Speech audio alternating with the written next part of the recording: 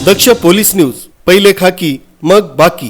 छत्रपती शिवाजी महाराज की जय, संभाजी महाराज की जय, राष्ट्रवादी काँग्रेस पार्टीचा जय असो, राष्ट्रवादी काँग्रेस पार्टीचा जय असो, रामकृष्ण हरी भगवान हरी।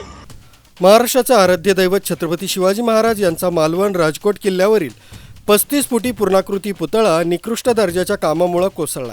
त्या घटनेचा आणि सरकारचा निषेध व्यक्त करण्यासाठी नाशिक रोडमधील वडनेर विहितगाव येथील छत्रपती शिवाजी महाराज यांच्या पुतळ्याला दुग्धाभिषेक व पुष्पहार अर्पण करण्यात येऊन राष्ट्रवादी काँग्रेस पक्ष शरदचंद्र पवार गट नाशिक रोड विभागाच्या वतीनं सदर निषेध आंदोलनाचं आयोजन करण्यात आलं होतं। मालवणजवळील राजकोट किल्ल्यावरील छत्रपती शिवाजी महाराजांचा पूर्णाकृती पुतळा कोसळून त्याचे तुकडे होऊन विटंबना झाली। या दुर्दैवी घटनेचा प्रसंग उभ्या महाराष्ट्रानं नव्हे तर संपूर्ण देशानं बघितलाय। त्यामुळे सर्व शिवप्रेमींचे हृदय पिळून निघालंय।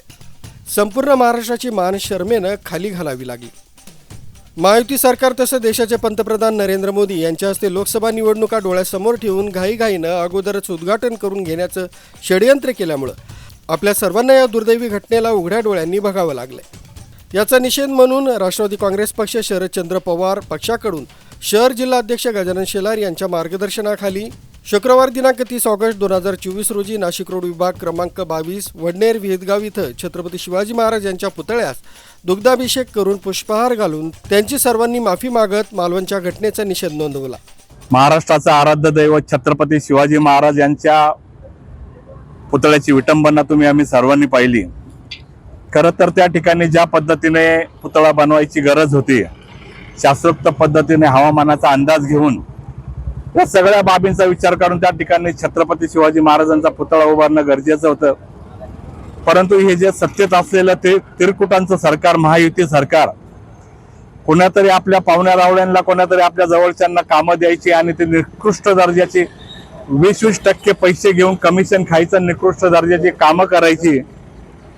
रस्त्याची कामं पाहिली, सामाजिक बांधकामाची कामं पाहिली, हे सगळे कामं आम्ही मान्य करतो, पण छत्रपतींचा अपमान झालेला आम्ही कदापि महाराष्ट्र सहन करणार नाही। खरं तर या ठिकाणी या महायुतीचं सरकार जेव्हापासून सत्तेत आलेलं आहे, 14 सालपासून या महायुतीचं सरकार पाहिलं तर महाराष्ट्रावर एक अघोषित अशी संचारबंदीचं सावट या ठिकाणी दिसतंय।